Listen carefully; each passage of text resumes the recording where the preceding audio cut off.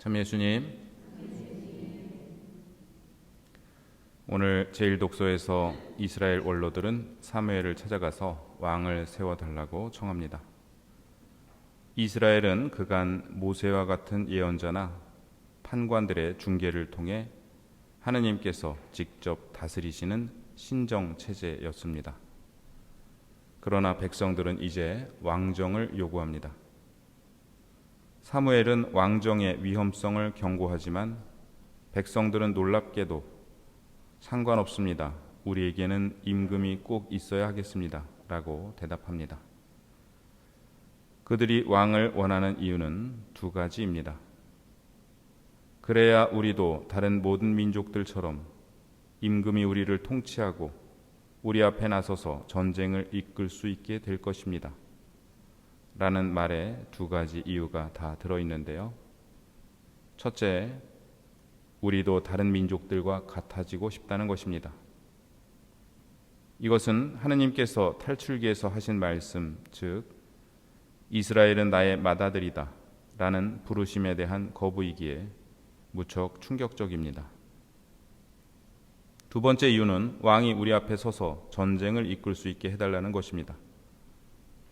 이스라엘은 그간 전쟁에서의 승리가 하느님의 돌보심 덕분이라고 믿어왔습니다. 그런데 이제 왕정이라는 제도가 왕이라는 개인이 그 승리를 보장할 것이라고 말합니다. 결국 하느님을 믿지 못하겠다는 것입니다. 어제의 독서에서 계약궤가 승리를 보장할 것처럼 믿었다면 오늘 독서에서는 왕이 승리를 지켜줄 것이라고 믿고 있는데요. 결국 하느님 대신 다른 것을 믿겠다는 선언입니다. 하느님께서는 그들의 요구를 들어주라고 사무엘에게 말씀하시는데 이제 이스라엘도 왕을 갖게 되지만 사무엘의 경고는 이루어질 것이고 이스라엘은 타락한 수많은 왕들로 인해 고초를 겪다가 유배를 가게 될 것입니다. 오늘 복음에서 예수님께서는 다시 카파르나움으로 가십니다. 사람들이 중풍병자를 데리고 왔는데 군중이 너무 많아 예수님께 가까이 갈 수 없었습니다.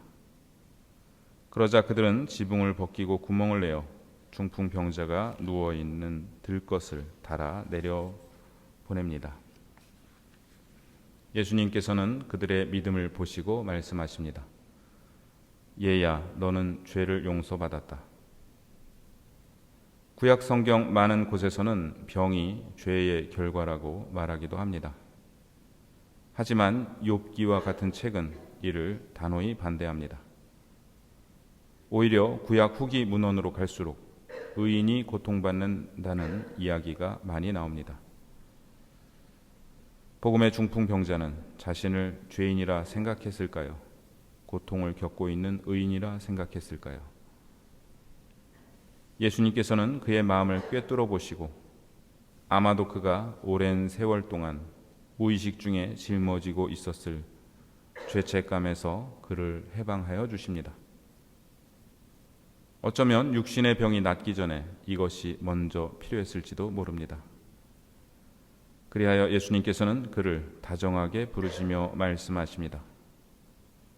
얘야, 너는 죄를 용서받았다. 이 말을 들은 율법학자 몇 사람은 속으로 생각합니다. 하느님 한 분 외에 누가 죄를 용서할 수 있단 말인가? 사실 그들의 생각은 맞았습니다. 그러나 그들은 그 하느님께서 죄를 용서하시고 우리를 구원하시기 위해 우리 가운데 오셨다는 사실을 알지 못하였습니다. 예수님께서는 이제 사람의 아들이 땅에서 죄를 용서하는 권한을 가지고 있음을 너희가 알게 해주겠다 하시며 중풍병자에게 내가 너에게 말한다. 일어나 들것을 들고 집으로 돌아가거라 라고 말씀하십니다. 그러자 그는 일어나 곧바로 들것을 가지고 모든 사람이 보는 앞에서 밖으로 걸어 나갑니다. 우리는 가끔 다른 사람을 위해 기도하는 것이 소용이 있을까 하는 생각을 하기도 합니다. 그런데 오늘 복음을 보면 예수님께서는 중풍병자가 아니라 그를 데리고 온 친구들의 믿음을 보시고 그를 치유해 주십니다. 오늘 누군가와 함께 미사에 나오셨다면 그가 너무 고맙지 않습니까? 어쩌면 하느님께서는 그 친구의 믿음을 보시고 나의 기도를 들어주실 수 있지 않겠습니까? 평일 미사에 함께 나와 계신 형제 자매들이 고맙지 않습니까? 사제는 미사 때 여러분들의 기도와 지향을 모아 하나님께 봉헌합니다. 이 미사가 봉헌되는 이유는 여러분 한 분 한 분이 미사에 오시기 때문입니다. 이 미사에 나오신 저분께서도 오늘 나를 위해 기도해 주시지 않았을까요? 제1독서에서 이스라엘 백성들은 눈에 보이는 왕이라는 제도 뒤로 숨으며 하나님으로부터 멀어지려 했지만 복음의 중풍병자의 친구들은 눈앞의 장애물인 지붕을 뚫고 예수님께로 더 가까이 다가갔습니다.